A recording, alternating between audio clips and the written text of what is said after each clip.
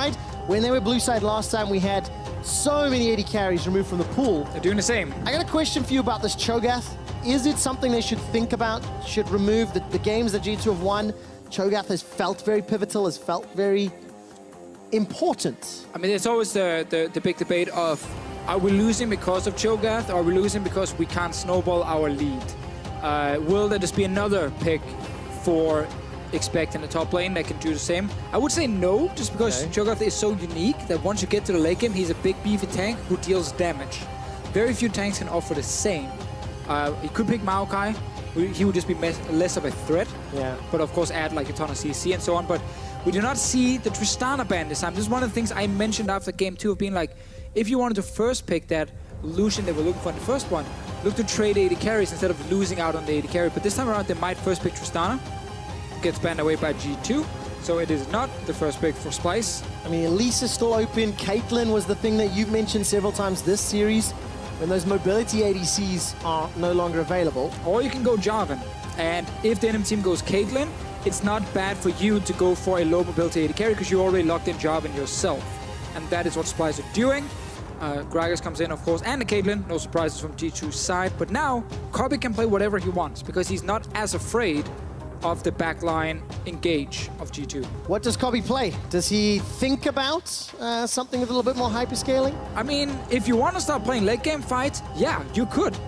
You could go for hyper carry and say, you know what, G2 is not going to win the early game hard enough. The game where G2 did well early, we had 25 minutes with 1-1 in kills. Yeah. Nothing else. So that is an option. And Splyce right now with Jarvan, Rakan, Orianna, that's already a much better late game setup than what we saw last game.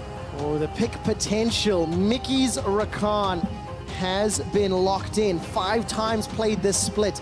Perkz is rattling off information at a mile a minute. He's played Cassio in the previous game, and Mithy's going to play the Alistar. Why finally, Fisher? Oh, I think Alistar is really good right now, but this pick and ban phase has not really been about setting your support up for a ton of success. Yeah. So, obviously with Alistar, normally you want to ban away some of the annoying picks against him, but in this case here, there's no like Tam Kench counter pick or anything because, well, Rakan has already been locked in. So Alistar is perfectly fine for Mithy, and I think Alistar is super good in the current meta. We'll see what Mithy can do with it. A lot of comfort is most played champions this split, and Ash is the first ban. And you have to remember this Alistar will find the AD carry in the back, and he will be able to engage onto him. They do ban the Cho'Gath now. I think this is smart by Splyce, as we talked about. There is no other champion that can do exactly the same for Expect. Be a super tank that has a fine laning phase with damage. And seeing as Splyce can't deal with that because they can't close out the games in time before Cho'Gath is super strong, they have to ban it.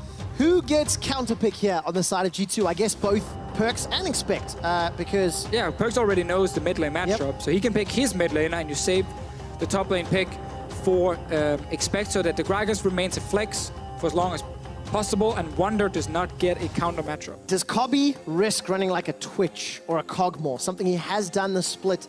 Ash is off the table. Varus is gone. So many other carry bans. I think it might just be the Jhin again to get the early push priority over the Caitlyn and then try and win through that. Of course, G2 will not play that.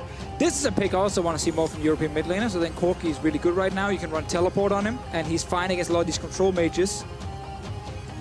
All right, Siva's up. Hyper carries are up. What do you think it's going to be? The Jhin? Yeah, you don't want to play Sivir against Alistar because you can't really spell shield his combo properly. That's super difficult to do. I really think Jhin is the go-to choice for Kobe, and that is exactly what he locks in. Top lane, now we need a blind pick from Wonder. The Jarvan could go top and they can pick a jungler, like Sejuani is available if they want a massive front line on their side to deal with the Corki. And I'm glad that Trashy agrees. Well done, good sir. Well done indeed. So, top lane pick now for Expect. He's against Jarvan, so opens up almost always pick a lot of different champions because Jarvan is just fine against everything, but he doesn't like dumpster anything completely. So it gives you so many options. Like people play like Jackson, that kind of stuff against Jarvan as well, specifically because you just outscale him. It is Renekton that he's looking at, and we get him in the series, not with the Elise last game, but it is still a matchup where Expect is looking to try and be a bit of a bully. So, Expect on the Renekton. Huge smiles in his face, by the way. On that champion, Expector's got a 5.1 KDA, 4 wins and 1 loss. He has played some phenomenal Renekton games this split. And this smells like hard engage and tanks and team fighting. Last time, the Jace ruined it a little bit by being a split pusher. This is the true ARAM comps, Trevor. This is run to mid lane. Everyone yells go, go, go, and you just hammer into each other. Oh, you said that about the last game. It took 25 minutes. No, because then the Jace start. happened. Well, true. The Jace ruined it. It did ruin it. Okay, so this time around. Now it is pure Now we're ARAM. going to see it. All right, now we're going to see it. I'll believe you, Deficio, if you'll believe me. When was the last time Perks played Corki? It's been a long time. Not the split. I remember the last time he played it. After the game, he said, Corki's useless. I don't want to play this again. Well, that's because he went 0-2 in the spring split, and it was week 4 was the last time he has played this champion.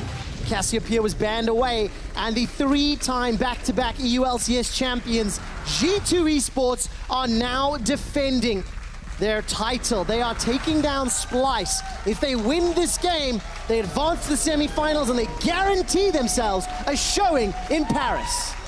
And to your little Corki point about Perks right there. Yes, last time he played it, it wasn't great. But when he joined the LCS, Season 6 Spring, and I love the music here when I say it, Corki was one of his best champions. He had insane coordination with his side lanes and the package plays he made. And now, after some time of being really bad on Corki and it not being too successful, he's back for revenge. What I am excited about is... It's paused, by the way, that's why we're here. We have a brief pause as Trashy's client has crashed, I believe. So we'll quickly get that reboot and load back up. Who needs a client? Just play without. You were talking about Perks' package, and I'm happy that Febervin is on the analyst desk because he used his package to great effect several times this split. One of the stronger Corki players. Yep. Definitely very impressive use of side lane pressure. I mean, that's the thing. Febervin has always been very good at that. And it's something a lot of people are actually really enjoying. Yes, exactly. And we'll see what Perks can do with it. It always sucks when the pause happens instantly, because part of my job is building up the hype as we get into the game. But then you can do it again when we're about to get in. But then it's just awkward, because it's like, I've used some of the magic, right? But G2... I think you just need to repeat yourself. Okay, I will. People don't remember anything anyway. They forget after 30 seconds. You can just repeat yourself. G2 are now defending their title. We mentioned this the first time that they've been in the quarterfinals, because they're usually in the semifinals, have done so all 3 previous splits. And I remember about 2 weeks back or 3 weeks back, Mythy being very boisterous and full of gusto and bravado on the analyst desk, saying how it didn't matter who was in front of him, he was going to take them down and win his next title. It's a little bit out of character on Camry for Mythy, because he's a little more reserved at times. Well, he used to do it before it kind of burned him at Worlds last year. But obviously, yes, he's been more humble until now. When he feels confident in Europe, he feels confident saying they will beat whoever's in front of them. I'm still looking at some of the next matches where, in case they do win this one, like you have teams like H2K and Fnatic. Like, if Splyce are this close with G2 eSports, like those 2 teams should be better than Splyce right now. Oh, it's very exciting. Or are we underselling Splyce? Those are the questions we'll find that's out also fair. Later in the playoffs, Judging from the regular season, right, H2K and Fnatic should be better teams. But obviously Splyce have shown up today with some of the new ideas they've been working on the last 2 weeks. And they've got no more room for error. Splyce are down 1-2 in the series. If they lose, they're done. They're in the regional qualifiers. They crash out of the quarterfinals.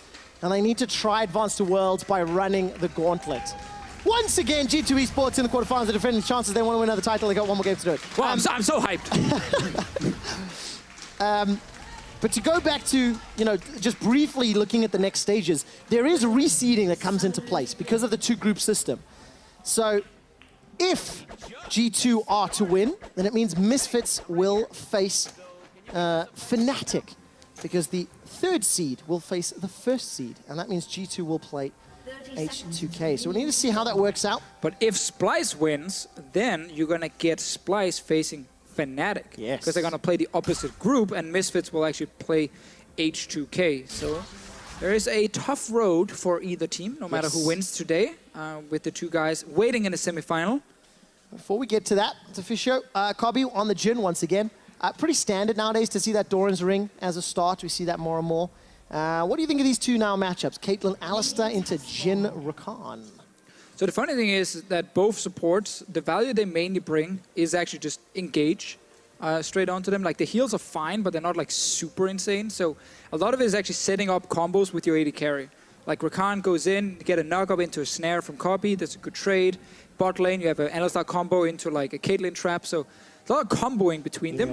But once again, like both these supports are mainly picked to make plays with the rest of the team. So if a team is going to really get an advantage in the bottom lane, it's going to be through a jungler coming down, a mid laner coming down, and then the supports are the ones starting the fights. And what both teams basically said in this game was, you know what? Clearly the early game is not the most important thing, because when Splyce win the early game, G2 still come back and have an even game. And when G2 won the early game, it took 25 minutes before they really cracked open the game and actually started truly winning it, while they were just waiting to outscale. So both teams are saying, we want scaling.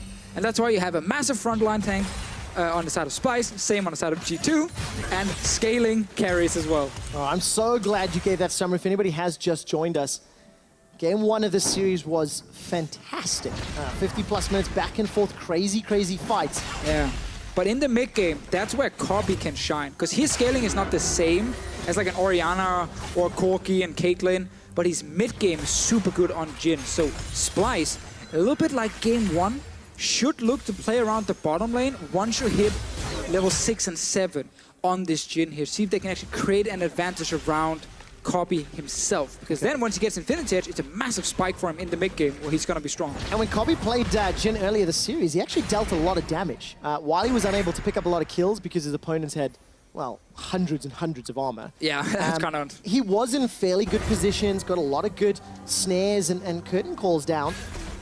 Copy was, however, caught out by that whisper reload mechanic a couple of times. So let's see how well these two guys played out. Just even laning across the board, even CS, top, middle, as well as bottom lane. And nobody's really building up an advantage yet. It's too early in the game. And good trade here from St. Gooks against Perks. Should be a bit of a farm matchup in the mid lane, but let's see if we can actually force anything. Perks, of course, running teleport. So taking some of these trades are not the end of the world for him. Bot lane as well. One of the reasons Jhin can push in Kate now so easily is that the patch 7.16 nerfs to Caitlyn did definitely affect her early game quite a lot. Her Q dealing less damage to all the minions it's hitting through. Obviously means her pushback is weaker. And lost some damage on her trap as well in the early game. So a lot of Caitlyn's just go like 3 ranks in Q because you don't have so much early game damage anyway with the trap. But again, then you kind of lose out on a little bit of wave push because it got nerfed. So the early game definitely is affected. Caitlyn is no longer just a stomping AD carry. Yeah. It gutted her in solo queue. Oh, a lot. Still a lot of power. It's almost like solo queue is a lot about laning phase. Yeah, who knew? Win lane, win game. That's where it starts. Hasn't necessarily been the truth this series, which has actually been very entertaining to watch because the mid game, for better or worse, lots of question marks on both sides of the rift. Right, Trick, by the way, he spent a little bit of time in that top lane a minute or two ago. Whether or not it was setting up for counter gank or something. This time around. This next one as well. So when you have Renekton, it's always easy to play around him. Wonder is very close to his tower though. He's gonna need Wonder to jump aggressive towards Expect. It feels a little bit forced. Expect dives all the way through. They could try and get a flash. Now the flag is down. All right, body slam connects. Wow, so simple. All right, I guess Wonder wasn't fast enough when he saw Trick, and he died. Yeah, neither of us really expected that. Wonder's been...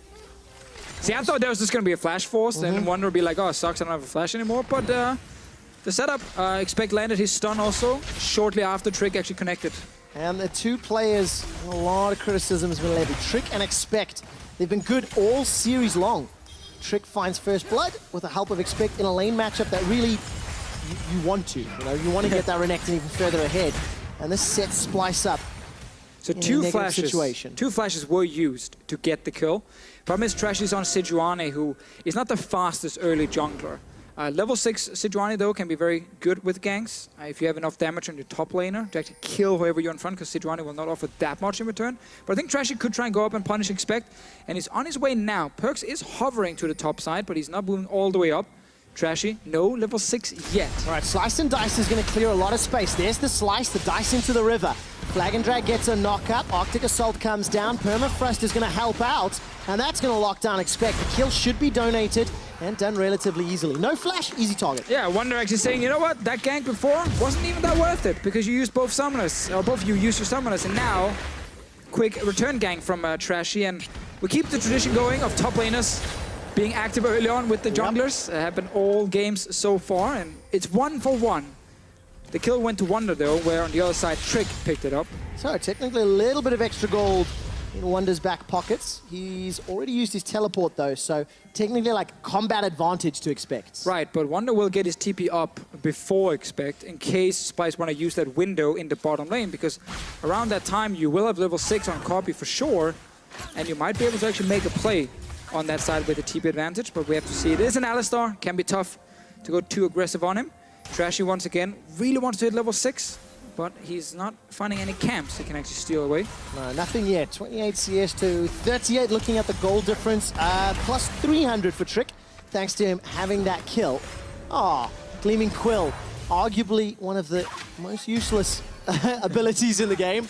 Not even going to cancel the interrupt. Mickey and Cobby, a little bit of a trade back and forth. Top lane again, Trick is helping expect push out, while Trashy is on the top side, but Wonder's flash is still up again. It was never used in the first place. And this time around, he probably knows if Trick is around. Well, with Dominus now, expects a more difficult target, but still flashless. Do you reckon? Well, Trashy's lingering, He so should. Maybe the answer is going to be simple. Expect. There goes Cole the Meek, slice and dice. Cataclysm is already popped. Flag and drag goes out. Trashy, not going to throw down anything just yet. Takes a couple turret shots underneath. Now all of a sudden, Trashy's body blocking. Flash used defensively. Barrel actually sends Trashy to safety. And G2 unable to counter that play. Doesn't matter if they pick tank junglers, they're still top lane. Trevor looking for these plays here. Trick and Expect are back to almost full HP, and they will just push Splyce away from this turret here. Mithy's on his way as well to just make sure they can take as much time up in the top lane as possible and even get some damage on tower. Well, last time, Mickey was actually roaming with that Tom Ken. She had some very good plays. Can do similar setups, actually, with the Rakan, but he's got to be careful. There's a lot of G2 members around. Mickey... And they don't have Wonder here. All right, Wonder, where is he at the moment? Making his way from base. Blue buff is slowly being challenged. Mickey's alone here, by the way. Fancies his chances, but Trick's able to smite it. All right, he didn't get it, though. Mithy will also go back to the bottom lane and join the AD carries. Once again, Copy hit his level 6. BF sword for him as well. Strong point for Jin in the game. Perks with the package. See if he's able to do anything with it. We'll just steal a few Raptors. So no mana, though. All right, Valkyrie's out. We'll get 1, 2 of them. Use that one clean and safe. Deficio, as we've got a small gold lead for G2, and you've already mentioned both of these teams can just 5v5 later in the game, what happens for the next 10 minutes? Before we get to those ARAM, those team fights that pick a lane and go face to face. Right, so the easiest lane for G2 to play around is Renekton in the top lane to try and get his tower, where I think for Splyce, they can either play around Wonder with the Jarvan or go bot lane, as I said earlier, with this Rakan Jhin combo. You don't really want to necessarily spend a lot of time ganking mid, where it's much easier to try and secure a side lane turret, because they have a bit of setup in both lanes. Jarvan's own CC, Rakan CC into Jhin Snare.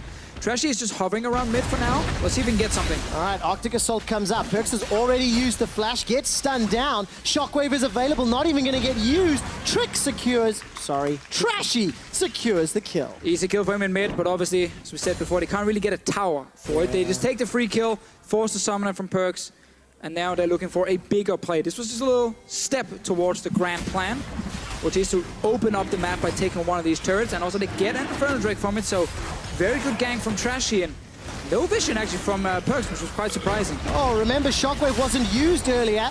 Now Trick is in trouble. He's flashed away to Mickey. Infernal Drake picked up by Splyce. Going to be very important for the team fights. Mickey is using the quickness to distract the back end. Cobby's already down, and G2 get 2 kills. Quick turnaround from G2, used the TP from Perks, and Expect walked all the way down. So despite losing the Corgi, first, as we said, the one little kill wasn't a big deal for Splyce. They needed something more if they really wanted to get ahead.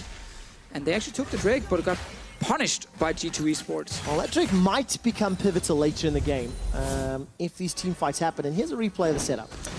It actually looked kind of risky with Trick, but they knew there was TP from Perks in just a few seconds. And right now, Jarvan is still sitting top lane. G2 feeling confident they can go for the fight and Copy. As a Jhin, once you've used your flash, you're not getting out of this one. He will go down, so will Mickey. And I like the collapse. Good call from G2, and they're still saving Expect's TP to match Wonder actually had to use his and cancelled as well in the last fight. All right, so Expect's got the TP advantage for now. 11 minutes in, G2 with a 1,000 gold lead and Mickey on the road. Mickey's all alone. A bit of cowbell being thrown down. Blast cone. Oh, sends Mithy over the wall. I love seeing that. Blast cone mechanics. This makes it very hard though for Splyce to play around Jin without TP and Wonder. Welcome to the LCS playoffs. Where the Demacian standard in the face is a thing. Oh, very good lockdown onto Perks. Interrupted the Valkyrie. Oh, that's a God. kill. Oh, that was so well done. Splyce just picked up 2 kills against Perks, where the first one you're like, okay, Trashy sneaks away and that was great. Whoa, okay, he executed that one nicely. And then they outplay Perks as well here in the last one. Well, Trashy's showing us how good his early game Sejuani is. It's better than early game Elise. Just good decision-making and punishing the flashless targets. Screw the side lanes, Trevor. If you can just go mid and get free kills on Perks, just do that. Trashy being 1 step ahead. All right, Ace in the hole comes down. Body blocked by Cobby once more. Something we've seen a lot of times in the previous game. So Splyce just behind in gold. There is some support for Trashy, as Wonder and Senkux were near the top lane. And Sven continues to chip away at this bottom tower. Fisher, we've got an even early game again. We do, yeah, I know. And both comps, strong team fights. I think Perks got very surprised by the fact that he was actually the target from Trashy. I want to ask you a pretty difficult question to answer, so I'll accept it if you dodge. Which team has had better team fights this series? G2.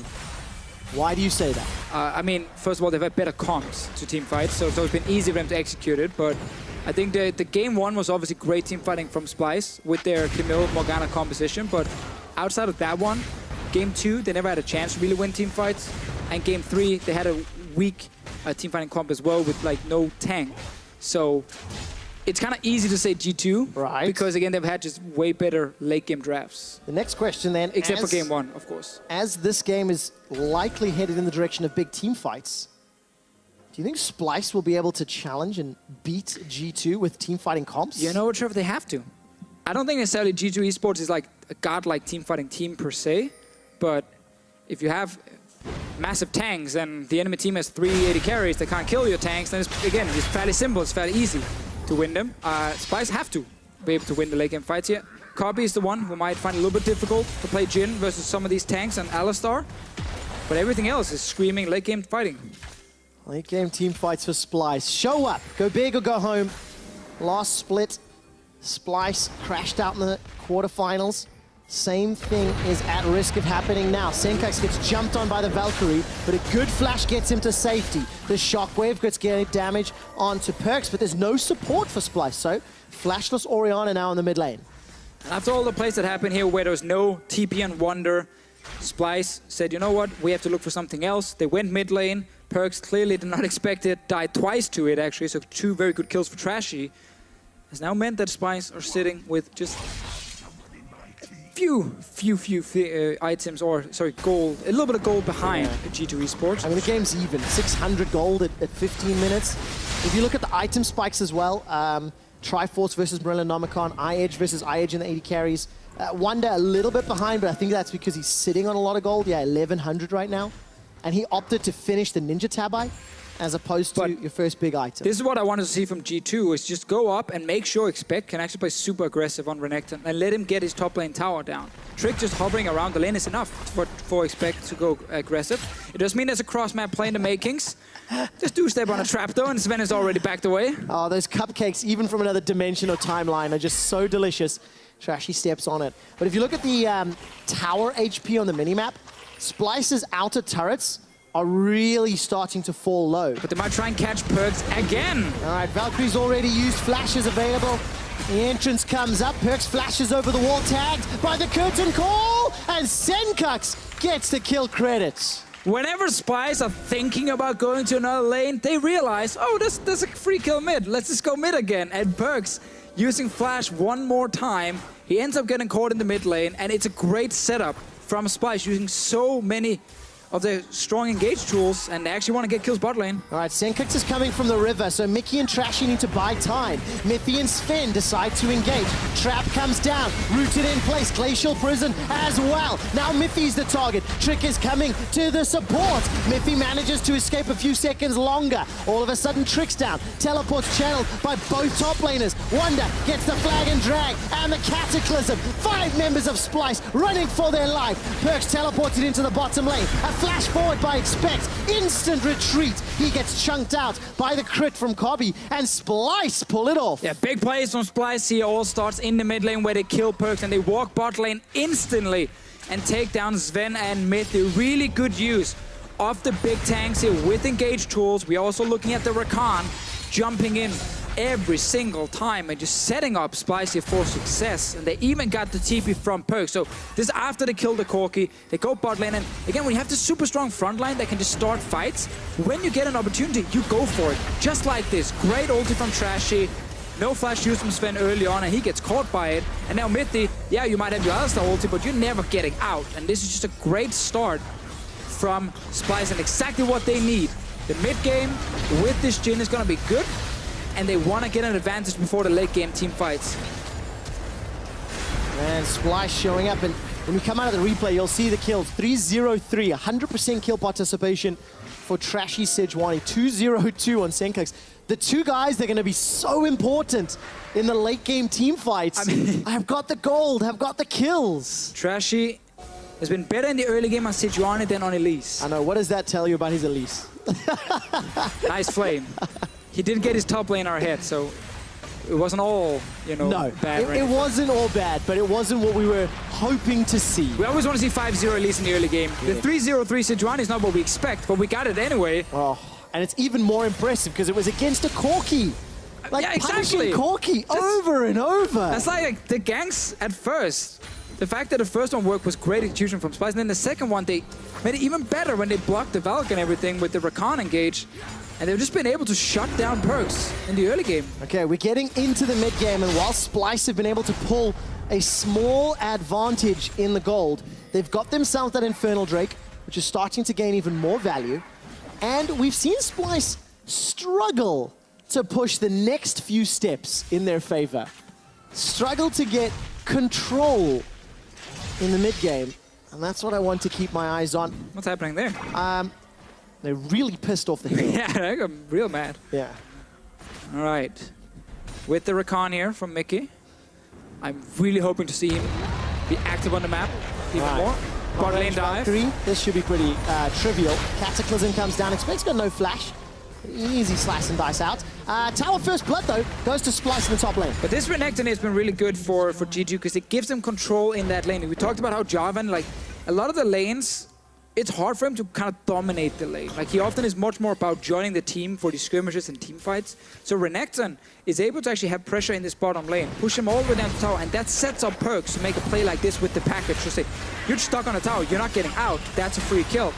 This Rift Out is being started because Perks is on the bottom side, no TP from him. Do they have enough damage to kill it in time? Oh, they gotta hurry. I mean, it's Cobby reloading on Jhin.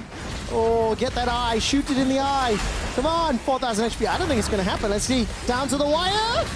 Oh, so close. So close. Well timed by Splyce. Efficient, yeah, okay? Knew exactly how much damage they had in that DPS check. But that's actually pretty huge because the towers for G2 have been pretty well defended. Now all of a sudden, G2, they secure the dragon, but the mid turret is the target. Yeah, could we get some sort of fight in the mid lane? Because Splyce have 4 members in here. G2 on the way. Expect coming from top side. And Wonder's teleport is still on cooldown for a few seconds longer. One more little bop from the Rift Herald, not going to be enough to take the tower down. Nor does the final shot. Oh, survives by the hair. Oh, Senkus, he wants his chinny chin. Oh, he's looking for it. He's like, guys, cover me. They're going to tank it. Oh, but I've seen this go wrong. They can just wait. It's fine. G2 resetting. They will get the tower. It's just Perks right there. And Deficio, 20 minutes in, even towers. 1 dragon apiece. 500 gold is so little. And it's the same thing again. This Splyce team that lost 2-0 to Unicorns, lost 2-0 to H2K, coming into playoffs, are going toe-to-toe with G2 eSports. And this time around, they have a much better team fighting comp than we've seen in some of the previous games. And it gives me more questions than answers. Are Splyce that much better? Are G2 not at the level we were expecting? How good will they show up against Fnatic and H2K next week? If they even get there. If they even get there. Of course, if Splyce lose this game, they will be locked into the regional qualifier along with the Unicorns of Love. And that will mean they'll be fighting for that third and final seed to the World Championships. Now, that is what's on the line for Splyce. G2, in a similar fashion, depending on how the rest of playoffs plays out, G2 have got a number of championship points, so they've got a small lead in that second seed race. But, Mithy said it, G2 said it, they want first seed, they want to win the split. Oh yeah, it would be such a big disappointment for G2 eSports if they don't even make the final. Like, you win 3 splits in a row, then you don't crash out in quarters. That's not how it works, Trevor, if you're G2 eSports. They've had a rough split, you know, a lot of ups and downs, very slow start as well. And while we were kind of looking at them being back in form, they play Fnatic to get 2-0 just before playoffs. And again, question marks were like, ooh, okay. Fnatic looks like the best team right now. And that was something G2 is not still not used to. Yeah. Like, they are used to being the @1 team in Europe. And it does feel like G2 is marginally ahead of Splyce this series. If you look at all the games, you look at some of the drafts, some of the decision-making, at least to my uneducated eye, G2 2-1 up. They've got some advantages, and they've shown they can win these games. It doesn't really matter what time it is. I mean, I think we've just seen a different priority in how you want to draft. Splyce have put more emphasis on early game in some of these games, which has meant when they fail to fully execute that, they got to late game against G2 with a late game comp, and they would lose most of the games. And then area there, ooh, let's see a miss from Trick. That Trashy. barrel definitely wasn't great, but there's not a lot of support for Splyce. So what else was committed? It was just the barrel, and they get Trashy's flash. And because, again, that we have seen these come from Splyce that couldn't win late game in game 2 and 3, the fact we get one in game 4 that can makes me excited, because that's, again, now we get this question like in game 1. Okay, can they actually beat G2 in the late game fights? Can they do it again? Can they go to game 5? They have the chance in this game. They're dead even right now.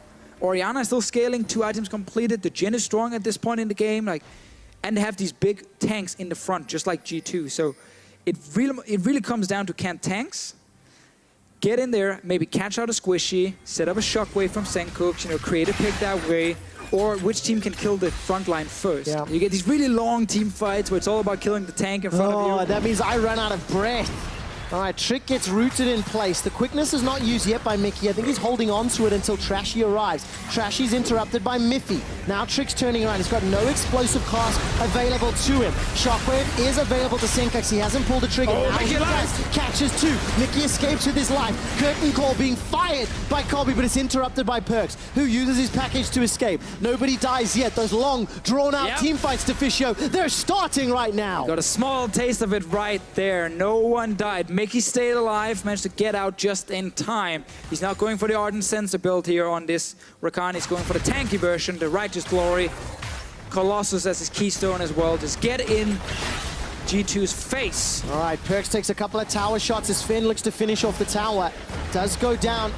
Minion gets the final auto attack, and G2 reclaim the gold lead as we approach 25. That's just a number. It doesn't mean anything right now. And while Kobe will have a little bit of a harder time in the late game, Caitlyn and Corki, fantastic scaling on both of them, especially Corki. Like, we often look at 4 fully completed items from him, and you just go like, okay, this is insane damage. Like, when you get your static shift and your rapid fire cannon, you can literally carry these team fights on your own. And then there's a Caitlyn next to you who's looking to try and do the same. So the backline damage from G2 is fantastic, and they're gonna try and kill tanks. One of the problems though from Corki is getting penetration in the late game is actually not that easy. Yeah. And because you're dealing so much magic damage, you need to get a Void Staff if you want to deal proper damage to tanks. Very rarely do we get to see games go long enough to see that Void Staff. Let's see if this one does. Mention the time frame. Look at the items. 2.5 item spikes being picked up by everybody. Thornmail, Black Cleaver for Wonder in the top lane. Expect the Titanic and the Black Cleaver himself. Eye edges and static shifts for both 80 carries. So, like, it's escalating, right? The damage. This is building up, man. Yes. We're going to get this back and forth late game that's going to be super awesome, where every single player needs to perform at a maximum, 100%. If one guy makes a mistake here, he can lose the game for his entire team. Look at the setup on the minimap. Not a lot of vision for Splyce, but they're trying to contest river control. 8 seconds until Infernal Drake spawns. Splyce have already got one on their side. Picking up a second would be hugely beneficial. Going up against a double 80 carry comp, but it's G2 that maybe at the first engage. That's it! Onto Sven! Is he taken down? They're trashy on a rampage. Now Perks running for his life. Curtain Call is going to not find a target. 1 and 2. Third connects through. The fourth does as well. A 3-man knockup from Mickey. They've taken down Perks. A defensive flash from Miffy. The tower dive from Splyce. And they get themselves 3. You asked if Splyce could win some of these late game fights, and they're showing some great moves in this game here. Sick engage here from Mickey, straight onto Sven. No summoners even used in time. He just got caught out by that fantastic Rakan setup. And then you get follow-up. There's enough damage on the side of Trashy and Wonder to still kill these squishy targets on G2 if they can get onto them. Man, and they're doing that every single time. The second Infernal is going to give them even more damage. And Deficio, this just reminds me of, oh, Mickey, you're so fine, you're so fine. Yes, it blew my mind. What a beautiful engage. And you just get a great follow-up. Wonder and Trashy takes him down. No Orianna is needed here. Nope. No, you don't even need that. You just want your big tanks and a little bit of assistance from Copy. You got to keep in mind, there's like a Black Cleaver on Wonder, so his base damage plus that is good enough to take down squishies.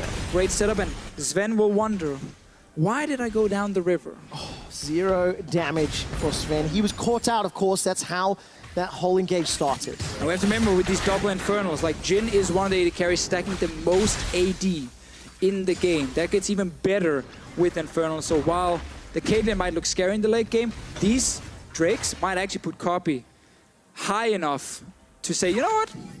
I can also deal some serious damage. I know you don't care much for the elemental Drakes. He doesn't. It's just a fact. He doesn't get excited like Infernals. But the next one is an Infernal as well.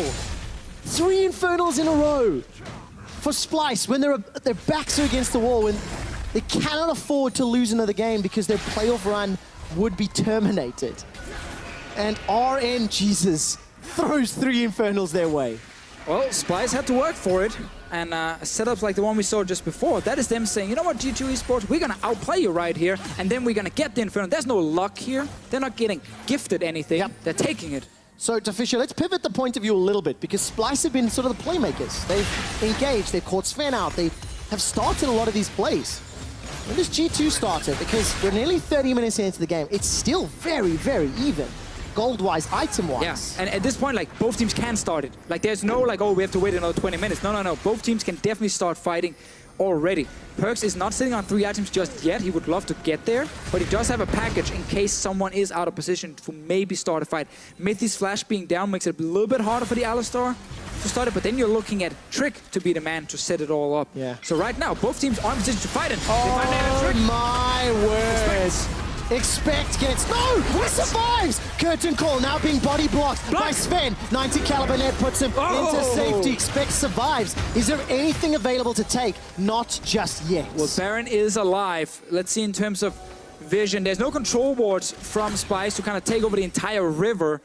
There is a ward in the back of the pit here from G2. They're starting the Baron, expect with TP, so he's gonna be able to join the fight. Oh, it's Perks that's teleporting through the mid lane. Expect teleporting to the top lane. Here comes Trick. Where's the barrel? Splits up Senkax and Kobe. Trick's alone. G2 aren't there. They're not ready to fight. A 2-man knocker from Mickey. Expect cancel his teleport just when Trick went all in. While Sven now forced to flash for his life. Wonder looking for another target. The flash knockup. Now Expect is trying to slice and dice and Cole whatever meek he can. Lock down the deadly flourish. Will not find a member of G2. And G2 eSports, they just lose Trick. Splyce, they punish that miscommunication from G2 with the cancel from the Renekton. And Expect probably felt like he was too far away from the fight anyway to be there in time, and Trick ended up going in and just dying on his own. Nice response once again from Splyce, but we're starting to see some of the damage from Perks. When they went all in to try and chase onto Sven, Perks stood there and he delivered some serious DPS. And we're seeing G2 just a little bit not on the same page. When G2 lost to Fnatic in week 10 of the regular season, it felt like they were a little disconnected. If you look at the setup, Trick goes in and the team just not responding in time. It gets cancelled just when Trick goes in, and that's where it's most likely Expect not calling early enough that he's going to cancel his teleport, and then Trick is already engaging. And that makes it difficult. Therefore, you can't really blame the Gragas and say, oh, yeah, what a mistake, you know, because the team call was to engage. Yeah, but that's more what I'm referencing, right? Is the fact that G2 a little bit not on the same page. A little bit more. We see these struggles that have followed G2 in what has been their weakest regular season performance in the entirety of the EU LCS. We need to fix that here. They have to. Splyce with the double Infernal. Strong late game team fight. Are feeling very good. We still yet to see the big shockwave from Sencooks. We didn't get it last game. We want to see this game here. There's a small fight in the bottom lane that won't do a whole lot. One that did not want it. No, he was like, yeah, you know what? I don't even care about Renekton with double damage items. Just gonna step away. He's actually TPing right now straight to Baron. There's no TP from Expect, he has to run. All right, Trick is trying to be body blocked here by Mickey. Mickey can dash over the wall. Got flash available to him as well. Baron down to 2,700, gonna peace out. Now Trick is being taken. A 5-man knocker by Miffy. Sven is being jumped on, gets caught out by the deadly flourish. Kobe now turns the attention. Perks is down, huge damage. Shockwave still available, and the curtain call flying across the G2 lineup. Senkax is still holding on to that cooldown. Trick and Expect trying to turn it around. Wonder doesn't even go down to Ace in the hole. Expect still alive. He was tanking all of the damage for days. So far, it's a 1-for-1. Shockwave finally comes back. Expect and Trick are down. Sven and Miffy need to somehow defend whatever Splyce do. That was a really good Baron call from Splyce. When they saw the Renekton in the bottom lane, they knew the TP was not available, so they start the Baron. Worst case for them, they get a fight without Renekton there early on, and they actually found the engage. After stepping away from Baron, Perks came from one side and they turned around and killed him. That was a key part of this team fight, and now they will secure the Baron. No one is going to try and steal it away because Trick is still dead. 20 minutes ago, Deficio, you said these team fights would be long, they would be drawn out, and they would be intense, and that is exactly what we are seeing. And these tank v tank fights here, it's always about killing frontline first or one carry being out of position. Those are the two things you look for, which tank dies first or which carry gets caught. This one, it was Perks. When he comes in from the top side, notice how he wants to keep walking into the river to join his team, and then he's getting caught up by Mickey again on this Rakan. A lot of supports, they respect Mickey's mechanics. We're seeing them in this game here when he's finding those little squishies, being it Sven, being it Perks, instant engages. Man, Mickey playing so well all series long. And you know what? Again, Splyce are just showing their teamfight power is fantastic. They are coordinated. They're finding the right targets. And like the target switch, the moment Perks becomes available, instantaneous from the whole team. And that's always the thing, man. You need the carries alive because they're the ones who can kill the tanks. If you find a carry out of position, you jump them and you all in them. Everything needs to be used to just kill that one carry, because then you will win the following fight. The enemy team will not have enough damage to finish off your front line. Deficio, Splyce have got more dragons this game than they took against G2 in the entire year. They got themselves their third Infernal while we were in that replay. The inner turret in the mid lane has fallen, and with a 4,000 gold lead, Splyce are trying to force a game 5. And 35 minutes into this game, Kobe's already sitting on 637 AD.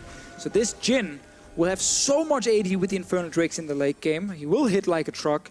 So will the carries on the side of G2, but as we have seen now, longer fights, try and kill the tanks, and then look for the opening. And of course, this Corki relatively low range. The moment he tries to get into auto, he is also at risk of being caught out by this damage. We saw it just before here.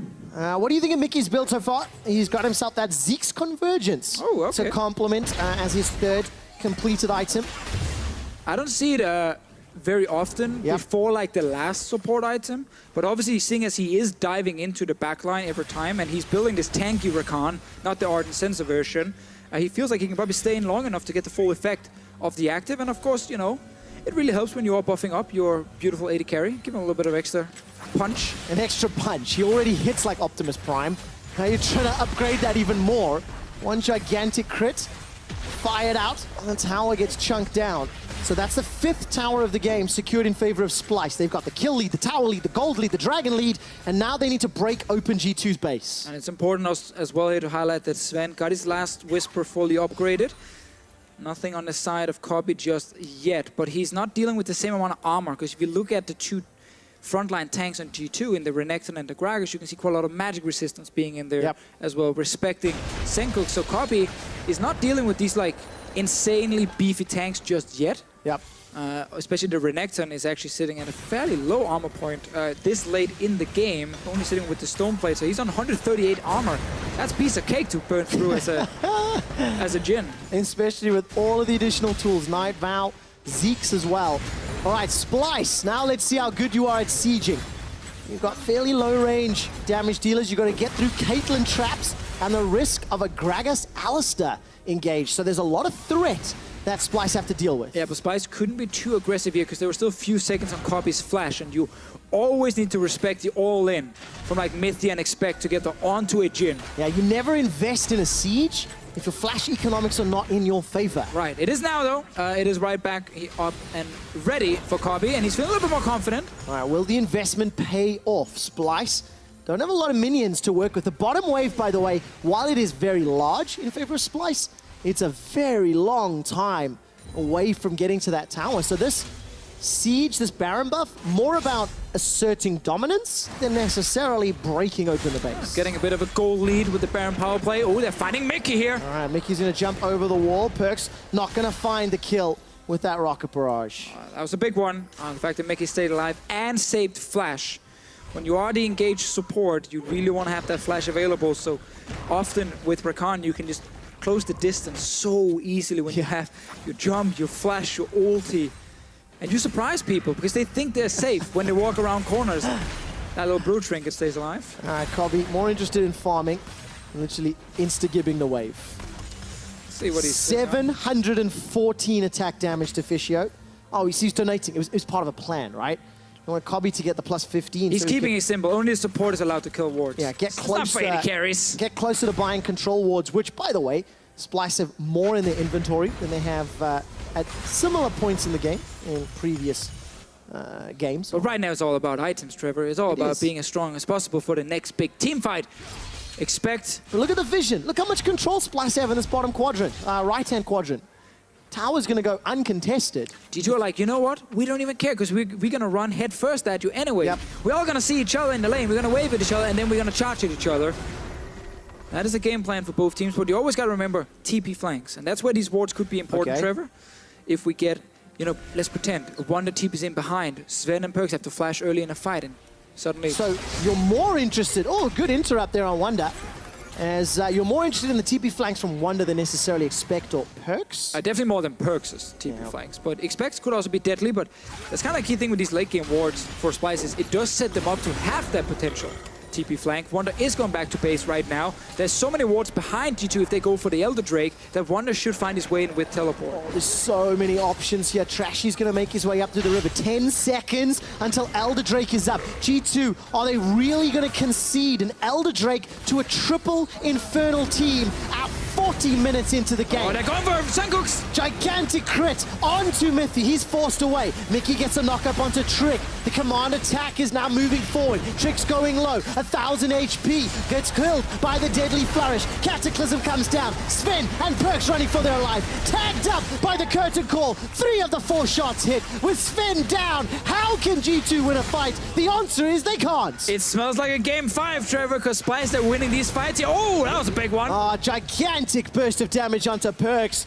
Splyce definitely want the EU LCS to play Silver Scrapes here in the quarterfinals. And Splyce want to go all the way. The tanks with the combination of an Orianna Ball and potential Shockwave is just so good for Splyce here. The 2 AD carries on the side of G2 cannot get enough damage off in the fight here. They constantly have to run away from the tanks on the side of Splyce, and now they're going for the Nexus turrets. It's official. The Shockwave is available. It was just used there. Perkz forced to use the package defensively. Minion Wave has been killed, but the first Nexus turret is down. Another Minion Wave is making its way into the base.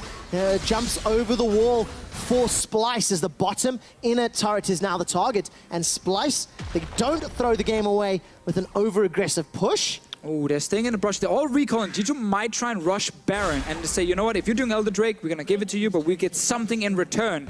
Splyce did stop the recalls, except for Wonder, who's already running back from base. So it looks to be a trade. Elder Drake with triple Infernals for Baron. I'll take the Elder Drake personally, because then I can go down and finish the game. All right, let's see, once that Elder Drake is secured, just how much AD Kobbe has. Baron is secured, Elder is secured. And the answer right now, 687 attack damage. They're going straight for that bot lane inhib. G2 will have to fight against the Elder Drake team. Mickey, just by him like being like, hey guys, I could go in. Yep, just threatening it. No flash for Mickey. Kobbe's got his up and Senkux does not. Let's see whether or not the engage is necessary. Kobbe's just going to keep pushing that wave out while Perkz is on defensive duty. Now, if you look at the minimap, G2's minions are pushing towards the top lane. But right now, G2's carries are sitting without flashes. They're already afraid of the tank coming towards them with their ball on them from the Orianna. And now they have to respect it even more. It is so hard for both guys to deal damage. They're going in. All right, Wonder is going in. Flash is still available. The quickness is going to find a charge onto Mithy. Mickey jumps in. He's instantly bursted down. Splyce may have bitten off more than they can chew. Kobbe's forced to run away. He shockwaves from Senkux, at least dissuaded G2. It's a 7,000 gold game, and Splyce have not won yet. We'll stop a recall from Wonder as well. Rest of Splyce are trying to recall, but expect he wants to kill Wonder. All right, Wonder's going to flash over the wall. Should be able to get the Demacian standard and Dragon Strike combo up. Does so to escape. By the way, 42 minutes in, 5-0-10 of Splyce's 16 kills. Trashy's been involved in 15. 6-0-5 on Senkux. For a game that was so even for so long, and then Splyce took over, this is a fantastic performance. And where Splyce were getting the kills in the early game, it was mid lane. Yeah. They were actually going towards Perkz. They killed him 3 times, which they used to get further ahead, and then moved to bot lane after and try and get a bit of an advantage. So this has definitely been one of Trashy's best games all year long. Yeah. If not the best so far. They've nailed some crucial Sejuani ultis, and while G2 lost the Elder Drake, they stayed alive. They got 1 kill. They forced Splyce away. The Elder Drake buff will run out fairly soon. If there's ever a time to show up in the deciding game of your quarterfinal, whether you do or die, stay alive.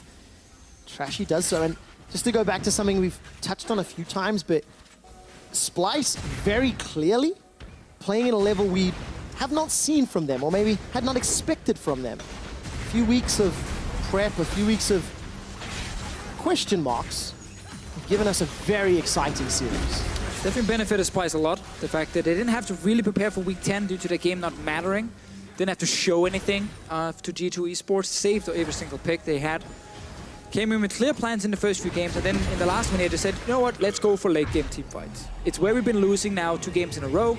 That's what we're investing into, and it's been paying off because they've been actually executing the fights extremely well. G2 are still hoping that their 2 carries sitting on 4 items each can actually win them a fight. The scary thing is, if Sven or Perkz don't go down early, they probably can. They probably can, but they're just so afraid. Because you have to sit on auto attack. There's no burst from G2. Yeah. There's no shockwave, bam, someone is dead, that's it. It's longer form fights where Splyce have that potential to say, if we get onto one of you guys, we can kill you instantly. Also because you have a 700 AD Jhin. If he has a crit loaded up and he flashes and crits Sven in the face, you're gone. That's a pretty much a guaranteed kill. Ardent Sensor was picked up by Mickey as the 4th item, by the way. So not the traditional build we're used to seeing. But again, he also has a Jhin AD carry, so not exactly the big Ardent Sensor you want to buff up. It's not like Tristana or something where you just like all auto attack based purely. The Jhin is much more about his abilities as well. I'm hearing that stats team has informed me when Mickey's Ardent Sensor procs on Kobbe is over 820 AD. So if he has a crit lined up and gets Ardent Sensor... I really want to see him crit Sven or Perkz in the face. So, challenge to the observers and the replay team. If we can find one of those gigantic crits, give it to us in slow-mo. That's what we want to see. The game will be over by then. Before the end of the game. Oh, I'm sure in one of the team fights it'll happen. Yeah, but then if he gets it off, he will win the team fight and the game is done. Well, we'll find out. And if the game is done, it means there's one more game. There's time to show that replay to Fischio. That's fine. All right, teleport from Perkz into his own base to try and defend. So no longer pushing in the bottom lane. A swift translation to the mid lane. It's a straight line as Splyce don't get themselves any autos yet. But they need to deal with the mini wave pushing towards him in the bottom lane. A lot of damage onto the look at the engage. Sven's already escaped with the QSS. Up in the front line, Mithy tries to get the pulverize down. Where's the shockwave? Locks in 4. The shockwave deletes G2 eSports, and G2 are destroyed. Their base is in tatters, and Expect will go down. Killed by Cobby. The base is bashed, and Splyce, they force a game 5. And you asked about the late game team fighting from Splyce. Well, here's your answer. It was great. That last fight, after the ulti from Wonder, it just set up Senkooks for that big shockwave. We were looking for it. Looking for the last game, this game as well. We didn't see it early. Saved it for the very last fight, and then he hits every single carry on G2. Deficio, what a fantastic series. Not only is it the very first time that G2 has performed poorly enough to be in a quarterfinal, it's the first time they've been pushed to a game 5. It's the first time Splyce have been good enough to challenge them to take it all the way to game 5. They lost the finals in Summer Split 3-1 against G2, and there was pretty one-sided games towards the end in favor of G2 eSports. It was. Not this time, not this time. It normally is. It's normally G2 adapting and changing in the series and then crushing the life out of their opponents. We're ready for game 5, but what on earth happens? Because Splyce made a huge pivot in their pick and ban strategy. And I think you should do the same again. Because G2 eSports is not the kind of team that will just destroy you in the early game and run away with the whole thing. They're very clearly invested heavily into the later game fights. Yep. Splyce said, we will match that, and then we'll just outplay you in those fights. So those 2 AD carries that need like a lot of time to kill the tanks, well, here's a shockwave in your face. Damn, you're dead. Okay, fight is over. So Splyce right now can go for the late game fights again. G2 eSports might try and do exactly the same, and then you have the same kind of game as we just saw. I've asked a few questions. I'm just going to narrow it down to 2. Is Splyce good enough to take down G2 eSports? They're even at 2-2. Yes. And then the real question, which I asked too early, and now is extremely pertinent, is the G2 era over? That's what I'm asking you guys. Jump on Twitter, let us know. Splyce, with the series on the line that took down the Kings of Ryu, Analyst Desk, go for it.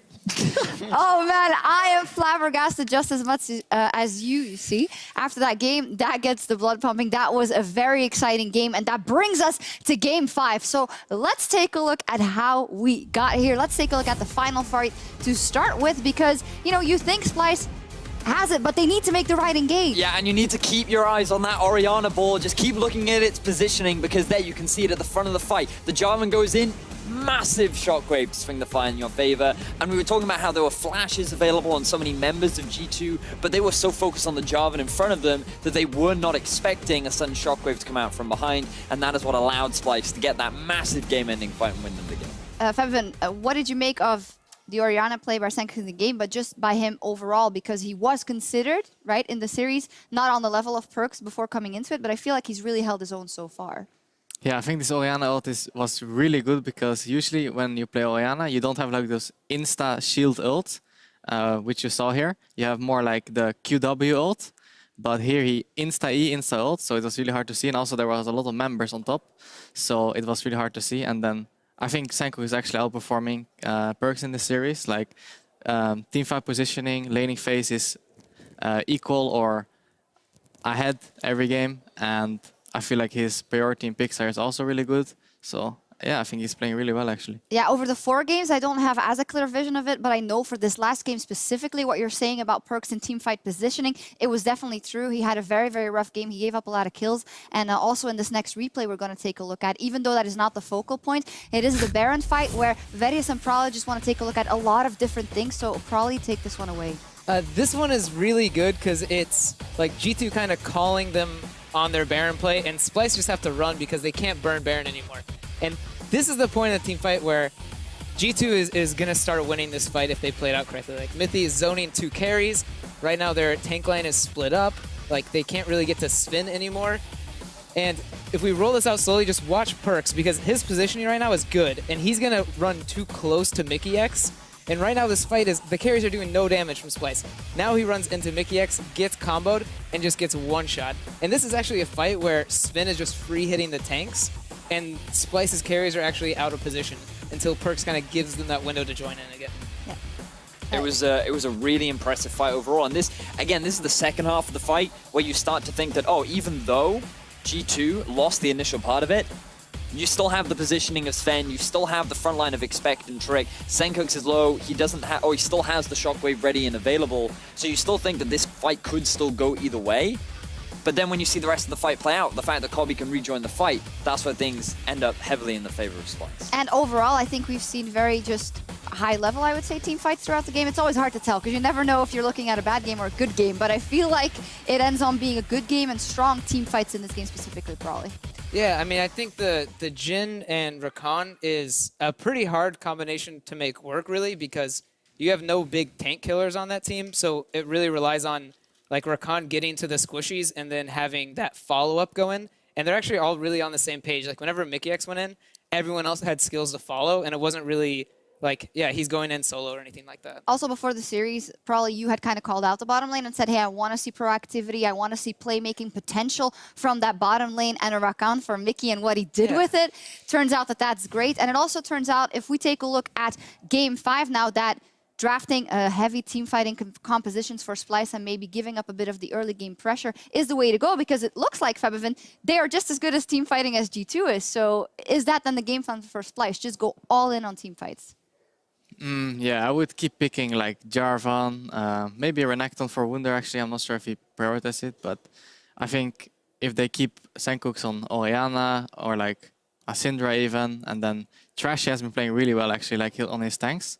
Especially this Sejuani game, he has really good punishments on perks and catching out, and also Mickey X Rakan was really impressive. And I don't think they have to go like full team fighting, but it's something for sure that works. It's what we were talking about in the last AD segment of what we wanted to see change from Splyce, where they've been drafting slightly odd compositions where things look really good, and then Wunder, I believe, picked a bit of a selfish top laner, and yeah, sure, it's great for him in the 1v1, and he has great side lane threat, but it doesn't work well with the team. We saw him go for the Jarvan this time. We saw what Splyce can do with the team, and throughout this series, we've seen them consistently get early leads because they've regularly been punishing the mistakes we've been seeing from Perks. And I know that we did see quite a few mistakes from Perks throughout this game specifically, which is where Splyce were able to get such a big early advantage. Also, earlier we saw the stat there of a peculiar trend in picks and bans over 4 games, 15 AD carry bans so far, which is pretty high. Probably, do you have any explanation or insight into why that is? I don't know. I think right now there's just like clear standouts in like Kalista, Tristana. And so it's kind of like, yeah, sure, you can trade them, but it's like you give away Kalista, and you'll take like maybe the Tristana or Xayah in return. So now you're worried about like early game Kalista is going to be stronger than any AD carry. Mid game she has like really hard engage.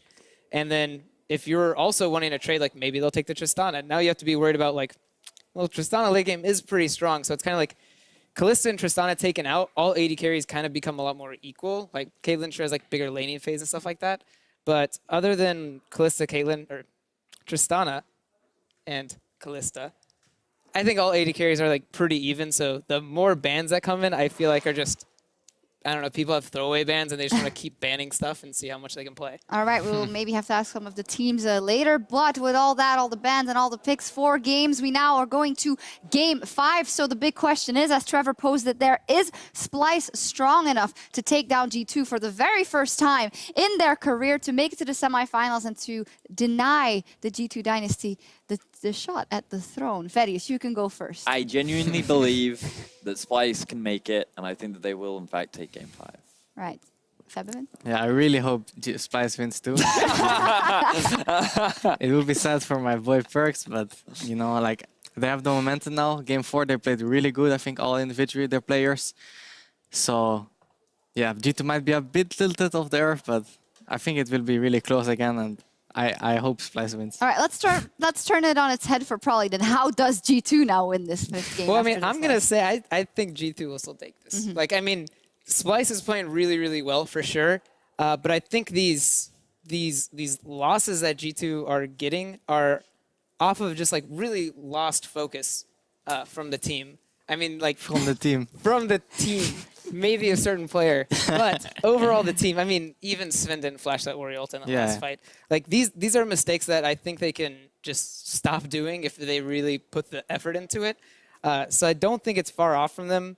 So I would still give the advantage to G2 here. All right, it's been very entertaining. No. No? I'm not playing. I'm not going to help them win at all. So just me saying that doesn't Kevin mean doesn't- anything. You really want to face G2.